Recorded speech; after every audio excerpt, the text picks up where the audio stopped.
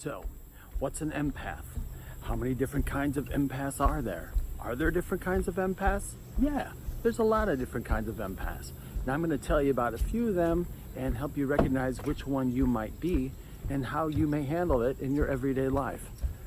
That's coming up right after this.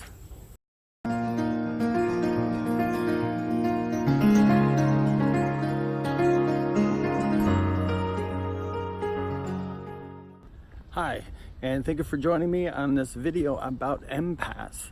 My name is Davidhanzel, and you're watching The Spirit Experience. If you like this video, please go ahead and feel free to give it a thumbs up. And if you would like to subscribe, that would be amazing. I would love it. And hit the notification bell, and that'll let you know when I post the next videos. And stay tuned for the end of this video, where I'm going to tell you exactly how I handle being an empath and how I use it in my everyday life and what you can do to handle your abilities. Now, the first thing we're going to speak about today is the emotional empath. The emotional empath is one who feels emotions, obviously. It's kind of like if you stood next to somebody and they're very sad, you would pick up on that. Or if you walk into a crowd of people all with the same emotion, maybe they're all mad or sitting in a room and they're all angry, you'd probably pick up on that right away. In fact, you'd probably mimic that and become angry yourself. A lot of people who are emotional empaths had it rough growing up because in their family structure, especially if they were a family that argued a lot and everything, you would argue with them, you would argue back and forth. A lot of times it's because you were picking up all their energy. You might not even be an argumentative person, but because of them, you did it anyway. And you probably didn't even notice until you moved out of the house and thought, wow, life is pretty good. I'm pretty happy all the time. What was that about? Probably the emotional aspect is what you're feeling. The next one is a physical empath. A physical empath can pick up on pain of people. They're very intuitive. They're good for medical intuitives. That would be if you stood next to somebody who is maybe having problems with their liver. You might not realize they're having a problem with their liver, but what would happen is in your body, you would probably feel odd in that area where a liver was. So you would pick up on those feelings. Being a physical empath, you kind of have to take account of yourself, do an inventory of your own physical feelings when you wake up in the morning. Know that you feel good or everything feels fine. That way, if it screws up on you later on, remember it might be from somebody you're standing next to or near.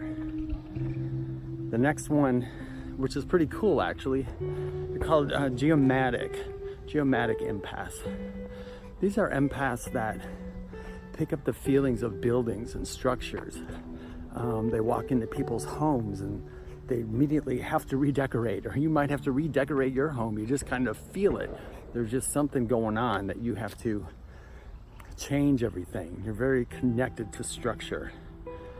Then there's also a plant empath. Now, I'm in nature right now, and I'm slightly a plant empath, which means I pick up the feelings and emotions of these living things around me. Plant empaths usually, they know exactly when to water their houseplant. They have the best gardens in the whole world because they can just feel when they need something in these gardens. They can feel when a crop is going to be bad or if a rain is coming. They just automatically know it. The next would be a mirror or a hyoki. They're called hyoka. Hyoka. I had to say that a few times. It's an American Indian term for a mirror empath.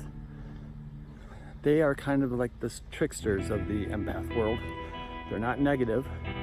They don't mean to be. But what happens is they mirror people's emotions. So I might be an emotion of somebody that needs to see how they're acting. I don't mean to act like they are, but I do. And I do it on accident because they need to see it. So you are basically a mirror structure. The next one is something that is very strong in my abilities, is a spiritual empath, or sometimes they're called a claircognizant or intuitive empath. we connect to emotions from the other side and from this side. The strange thing is about an intuitive empath, when it's really strong, especially if you're a psychic. If you're a psychic, you probably have this one quite a bit, which means when I sit across from somebody during a reading, I can pick up on just about everything about their lifestyle choices, what they do, what they shouldn't do, what would make them feel better. I know when they're having a bad time just by looking at them. They could be smiling, but I can feel. I know everything about them. It's not telepathy, but for some reason you just hook in to them and you can just feel it. And the last one I'm going to talk about, which I love a lot, is an animal empath. Animal empaths end up usually being veterinarians or, animal psychics, because you connect to the emotions of animals. You feel what they're feeling. You know when they're sad, even if they're wagging their tail. You still know. You know if they're sad, you know if they're confused, you know if they're angry, and you're kind of able to chat with them back and forth with this emotion. You can actually calm them down by just matching their emotion and then just slightly changing it as they're with you or looking at you. That can help them quite a bit. Now, these aren't the only kind of empath.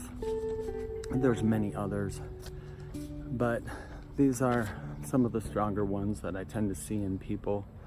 And you can have one or more, and you can have all of them. Someone like me who practices what I do every day, being a medium, being a psychic, I have them all the time. I have each and every one of these. And instead of fearing them, instead of letting them take control of my life, I take control of them. And that's simply by grounding. It's by even putting up a shield when you can. Imagine an imaginary shield that you put up when you're standing next to somebody who maybe doesn't feel so great, their energy. Instead of running away from them or having a full-blown panic attack, just imagine putting up that shield in front of you.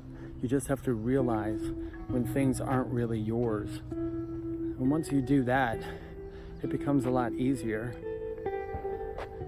I think it's really strange, and I kind of feel bad for people when they say, I can't walk into a Walmart, or I can't walk into a store, or I can't go to an amusement park because there's too many people around and I'll freak out. Well, you don't need to freak out. You're going to in the beginning. It takes a long time to figure out exactly how to block it, but you can. All you need to do is take inventory of your feelings and know how you feel. And know that if nothing else around you changed that feeling, then it's not yours. It's someone else's. And the best way to deal with that, like I said, put up the shield, or what they call like a gorilla meditation, which is just stand there for a moment. Count to 3. Just tell yourself, this isn't mine, I feel great. And then move on. You know what the cool thing is though about being an empath? You can choose to hang out with people who have an amazing vibe, a great vibe that makes you feel good. And when you do, you're going to feel good, even if you feel bad, just because you're picking up on them. So being an empath isn't bad. It's not something that's going to cripple you for life. It's something that you just got to learn to work with. You just have to know who you are and what feelings are yours and what feelings are theirs. And when you master that, you've mastered being an empath. And it becomes quite a blessing in your life. Thank you for watching, you guys. Have an amazing day.